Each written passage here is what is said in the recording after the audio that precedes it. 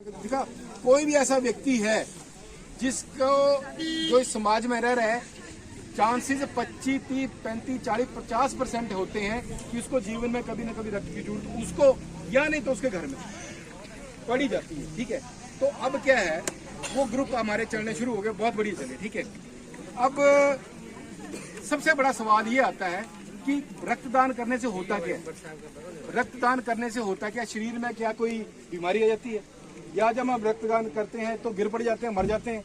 नहीं। मैं आज की डेट तक 54 टाइम्स 54 टाइम मैं ब्लड डोनेट कर चुका हूँ। अभी भी मैंने 2 महीने पहले किया और 1 महीने बाद फिर करूंगा। तरुण जी आप कितनी बार करेंगे? 40 बार। तरुण जी तालियां। तरुण जी 40 बार रक्तदान कर चुके हैं। आज 41 में हो जाए, 5वीं बार कर चुके। अच्छा, आप में से यहाँ कोई बैठा उसने रक्तदान किया थे पहले? 4 बार, 7 बार, और कोई? कितनी बार? 1 बार। Very good. आपने 2 बार और 5 बार। तो इन्हें तालियां बजाना देखो। जब ऐसा रक्तदान करके होता क्या है, हम जब किसी के देखो इसके अच्छा, इसका ये समझो कि इसके फायदे क्या और नुकसान क्या है। तो रक्तदान के फायदे ही फायदे हैं, नुकसान कोई नहीं है। सबसे पहला बेनिफिट क्या है? सबसे पहला बेनिफिट है हेल्थ बेनिफिट। हेल्थ बेनिफिट मतलब जो व्यक्ति रक्तदान करता है उसको कैंसर होने के चांसेस कम हो जाते हैं। समझे बच्चों? बच्चे जो 18 से नीचे हैं वो तो रक्तदान नहीं कर सकते हैं, पर आपकी समझ में आना जरूरी है। जो व्यक्ति रेगुलर रक्तदान करता है उसके कैंसर होने के चांसेस कम हो जाते हैं। जो व्यक्ति रेगुलर रक्तदान करता है उसको हार्ट अटैक होने के चांसेस कम हो जाते हैं। और भी रक्त की जो बीमारियां होती हैं, जैसे आपके ब्लड में आयरन बढ़ गया मान लिया है ना, तो उसको आयरन कंटेंट ठीक रहता है।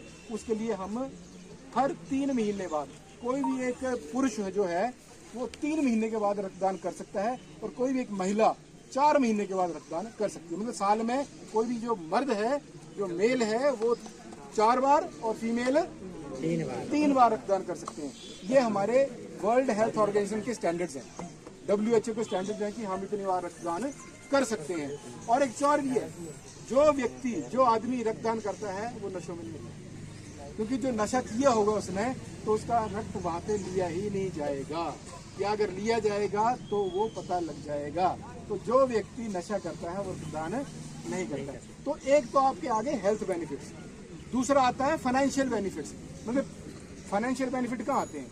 फाइनेंशियल बेनिफिट तब आते हैं, मान लिया आपने अपना खून चेक कराना कि खून कितना है मेरा, या मान लिया अपना कोई बीमारी चेक करानी है कि एड्स का चेकिंग करानी है मान लिया, या आपने हेपेटाइटिस बी का चेक करवाना है, तो आप जाओ, कम से कम आपका 4-5 हज़ार का खर्चा आ जाएगा।